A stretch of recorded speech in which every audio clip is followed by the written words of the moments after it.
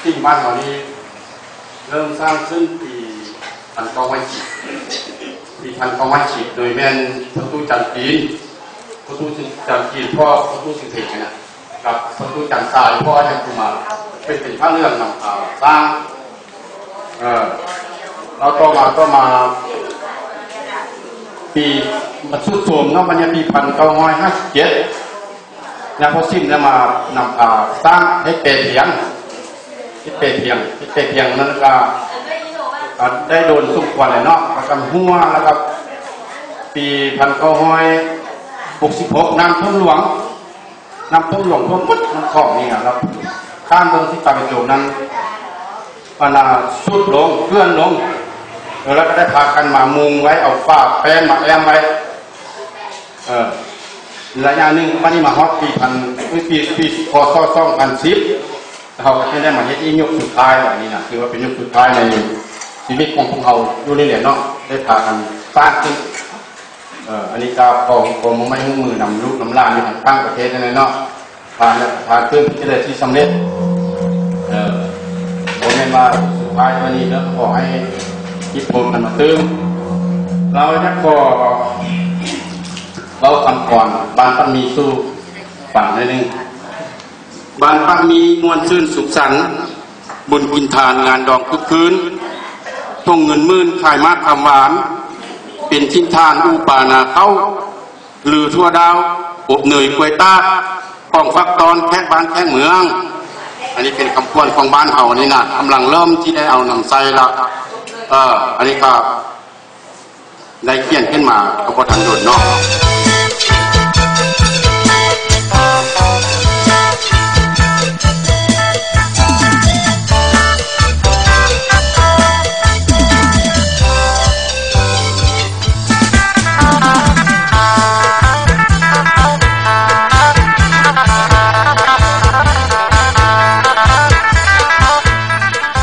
สบายดีพ่อแม่พี่น้อง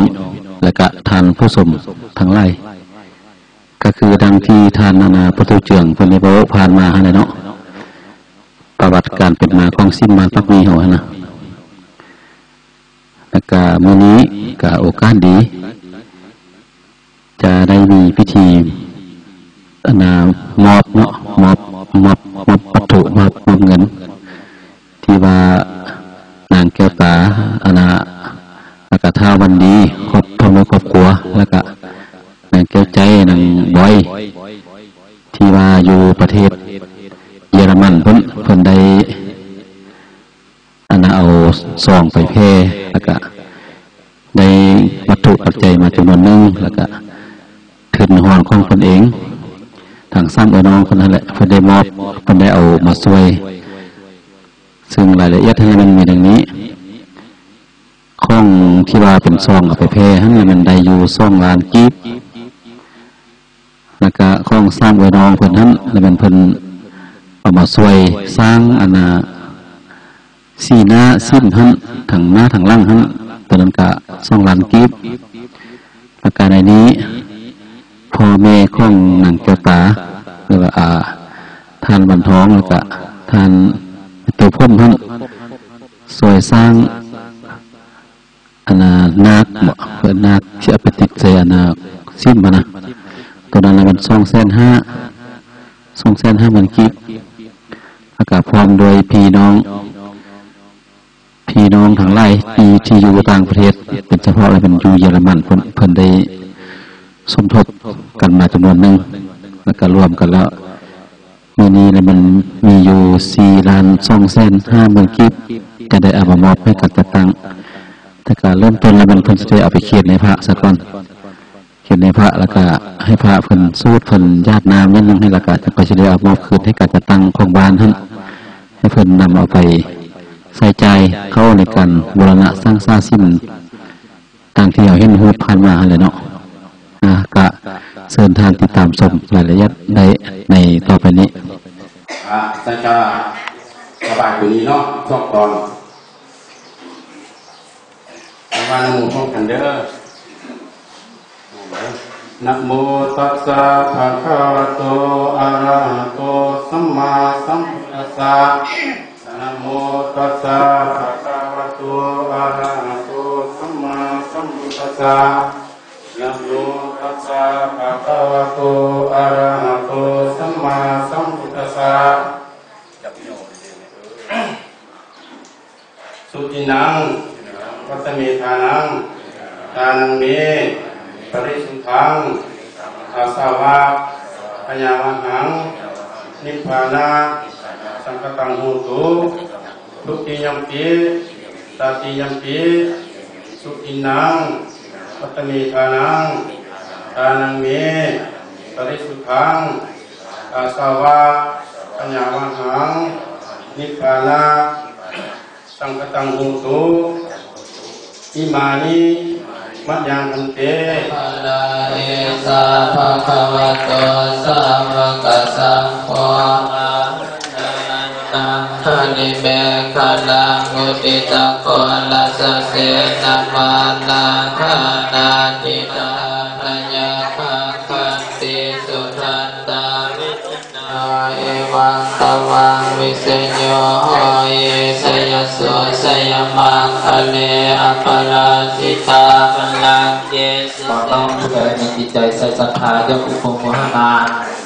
เป็นเจ้าภาพกับศรัทธาทำบุญร่วมกันน้อม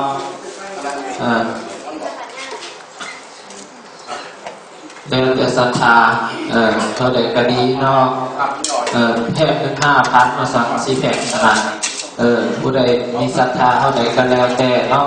ยิงตามกำลังศรัทธาขององค์ในอกตุนยังโยมญาติพี่น้องพ่อกับพี่น้องคือจำนวนเงินอยู่500 บาท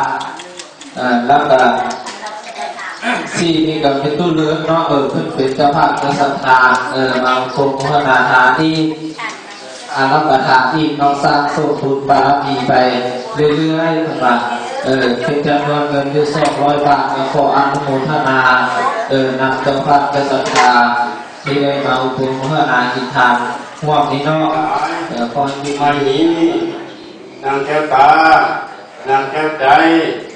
นางบอยซึ่งเป็นลูกของพระวันทองในนางผมพร้อมด้วยครอบครัวญาติพี่น้องมุงคูอยู่ประเทศเยอรมันขอน้อมถวายปัจจัยนักทานเป็นเงินสดจำนวน4 ล้านกีบแด่พระภิกษุสงฆ์เพื่อสมทบปฏิสังขรณ์พัทธสิมาบรรพมีและเพื่อบุญสู่พุทธศาสนาให้ยืนยงยาวนานเพิ่ง5,000 พรรษาตามที่พระพุทธเจ้าได้วางศาสนาเอาไว้ขอพระสงฆ์จงรักเขาเพื่อประโยชน์และผลสุขผลเจริญแก่เจ้าภาพศรัทธาดังได้กล่าวมานั้นและผู้ค้าทั้งหลายที่กระนังเถิดสาธุสาธุสาธุอนุโมทามิ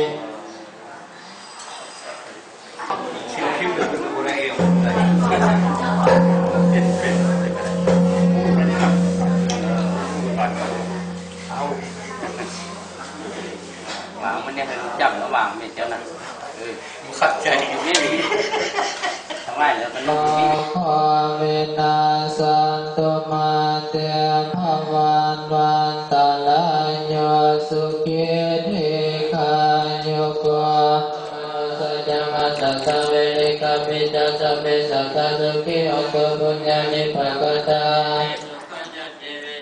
สุขิมาปะเปนะโมมาตาอิมินาปุญญาคัมเมนาอิมินาอุริเสนะจักขิปะหังสุลาภิเจวะตันโนปัฏฐานาเสนานาติปัญญาสังเลโคเลยามินามาลาลาภันตุโนกัสสังฆันจาริปันติกะพุทธะสังโฆนาโตตะโลมังคันติสุนัมมานุภาเวนะมาโลกัสสังละภันตุมาดุขัมปัตตะจันติดุขัมพยาปัตตะจันติพยาสุขปัตตา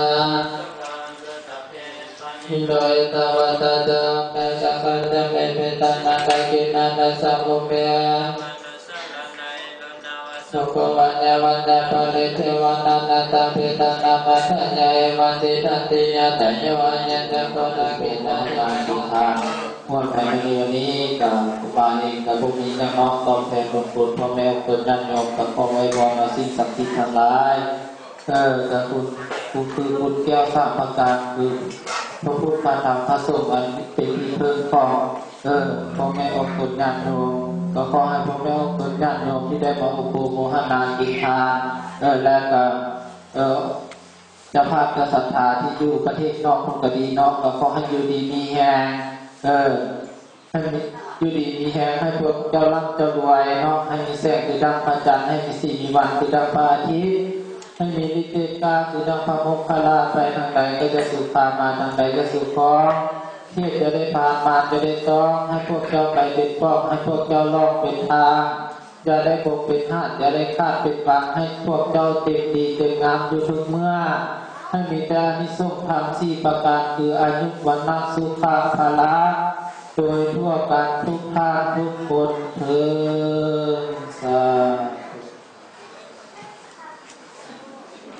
ธุนมัสการพระอาจารย์เนาะสันมื้อนี้ก็ถือว่าเป็นมือสิทธิ์ใหญ่เนาะที่ว่าบ้านเขาปกครองเนาะเพราะฉะนั้นการมาต้องโฮมเนาะถ้าบ้านญาติภูมิมื้อนี้เป็นมือสิทธิ์ใหญ่ก็เป็นจำนวนน้อยที่ว่ามันมี2วัดเนาะเพราะฉะนั้นมื้อนี้ก็ถือว่าทางท่านจันทร์เนาะท่านคำเดินก็ได้มาเบิ่งแยงนำบัดว่าอลังเขาบอกเขานี่ก็ดุลพอสมควรแล้วเนาะ